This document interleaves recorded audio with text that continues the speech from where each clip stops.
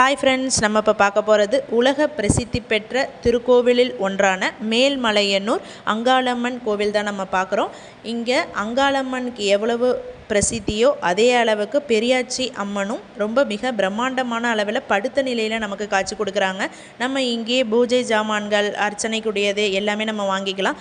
அதுவும் இல்லாமல் பில்லி சூனியம் ஏவலை நீக்கிறதுக்கான தனித்தனியாக ஜாமான்களும் நம்ம விற்கிறாங்க. அந்த தடைகள் உள்ளவங்க, திருமண தடை உள்ளவங்க, குழந்தை பேறு பாக்கியம் எல்லாமே இந்த கோவிலில் நிறைவேற்றுறாங்க. வேண்டுதல் நிறைவேறியவுடன் சர்க்கரை பொங்கல் வச்சு வழிபடுவது இந்த கோவிலுடைய பழக்கமாக இருக்குது. இது நாங்கள் போயிருந்தப்போ தேருக்கான வணிகத்த பணிகள் நடந்துக்கிட்டே இருந்தது.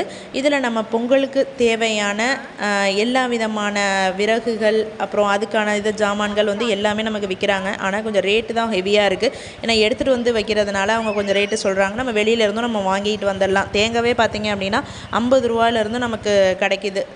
இந்த கோவிலின் சிறப்பு, கர்ப்பகிரகத்தில் அருள் பாலிக்கும் அம்பாள் புற்று தெய்வமாக நமக்கு காட்சி கொடுக்குறாங்க. சிவபெருமானும் பார்வதியும் சாப விமோசனம் நீங்க பெற்ற திருத்தலமாக இந்த தலம் இருக்குது. பிரம்மனுடைய மனைவி சரஸ்வதி தேவியோட சாப விமோசனத்தை பெற்று தான் பார்வதி தேவி பாம்பாக இந்த பூமியில் அவதரிக்கிறாங்க.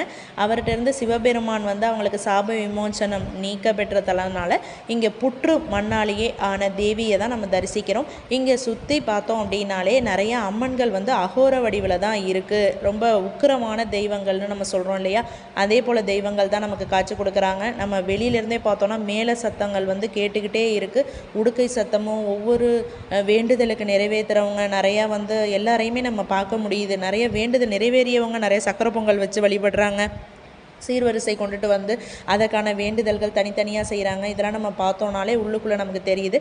இங்கே எடுத்தோடனே துர்க்கையும் நமக்கு ரொம்ப ஆங்கார ரூபத்தில் நமக்கு காட்சி கொடுக்குறாங்க. பார்த்திங்கன்னா ரெட் கலரில் இருக்கும் சாமியே. இதில் விளக்கு நம்ம போடணுன்னா நம்ம வெளியிலே நம்ம போட்டுட்டு உள்பிரகாரத்தில் நம்ம போகிறோம். ரொம்ப கூட்டம் அதிகமாக இருந்தது. நாங்கள் போனது 7 மணிக்கு நாங்கள் போனதுனால தீரா குட்டியும் வச்சுக்கிட்டு எங்களால் போக முடியல. அதனால் நாங்கள் சிறப்பு தரிசனத்தில் போனோம். சிறப்பு தரிசனத்தில் ஒரு ஆளுக்கு 100 ரூபா வாங்கிக்கிட்டு நாங்கள் போனோம். 4 பேர் போய் பார்த்துட்டு வரலாம் அப்படின்னு சொல்லிட்டு போனோம். இல்லைன்னா அந்த கூட்டத்தில் 2 மணி நேரம் 3 மணி நேரம் ஆகிட்டு நாங்கள் திருப்பி இங்கேருந்து வரத்துக்கு ட்ராவலுக்கு ஒன்று நாங்கள் போனோம். இதிலேருந்து நம்ம இப்போ அம்பாளை நம்ம தரிசிக்கிறோம். புற்று மண்ணாலான அம்பாள் இங்கேயுமே பார்த்திங்கன்னா இங்கே பூசாரிகள்லாம் அதிகமாக சார்ஜ் பண்ணுறாங்க. ஒரு அர்ச்சனை பண்ணுறதுக்கே பார்த்தோன்னா 200 ரூபா கேட்குறாங்க. அந்த அளவுக்கு இருக்குது. இது நம்ம சைடில் இங்கெல்லாம் நம்ம பார்த்தோன்னா சுவாமியை உற்சவர் சன்னதிக்காக தனித்தனியாக வச்சுருக்காங்க. அங்கேயும் நம்ம அம்பாளை தரிசிச்சுட்டு நம்ம வெளில வந்துடலாம். இதிலேருந்து நம்ம இங்கே தனித்தனி சிலைகள் இருந்தது. அதை தான் தீராக்குட்டி அந்த கேப்பில் வழியால் போயிட்டு அவள் பாட்டுக்கு வெளில வந்துக்கிட்டு விளையாடிக்கிட்டு இருக்கா.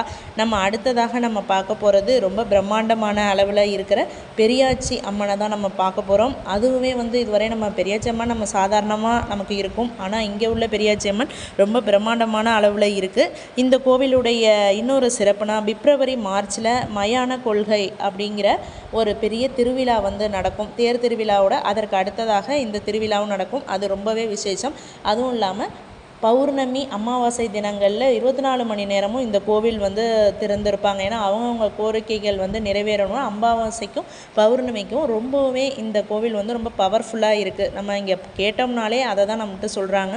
அந்த தினங்களில் நம்ம காலையிலேயே நம்ம சுவாமி வழிபடணும். இல்லைனா ரொம்ப கூட்டத்தில் நம்ம மாட்டிக்கிற மாதிரி இருக்கும். நம்ம பெரியாச்சி அம்மனுக்கும் முன்னாடி ஒருத்தவங்களும் உட்காந்துருக்காங்க, பின்னாடியும் உட்காந்துருக்காங்க. நம்ம 2 பேர்கிட்டையும் நம்ம விபூதியை வாங்கிக்கிட்டு நம்ம கிளம்பியாச்சு. நிறைய வேலைகள், கட்டுமான பணிகள்லாம் இன்னும் சைட்லேயே கூட்ட நெரிசல்னால் செஞ்சுக்கிட்டே இருக்கிறாங்க. அதனால் நம்ம கோயில் பிரகாரத்தை நம்மளால் சுற்றி பார்க்க முடியல. வெளியில் நைட் டைம்ங்கிறதுனால அர்த்தநாரீஸ்வரருடைய சிவனும் பார்வதியும் நமக்கு காட்சி கொடுத்தாங்க. நம்ம அடுத்த வீடியோவில் வேறு ஒரு ஃபேமஸ் டெம்பிளை பற்றி பார்க்கலாம் ஃப்ரெண்ட்ஸ். தேங்க்யூ.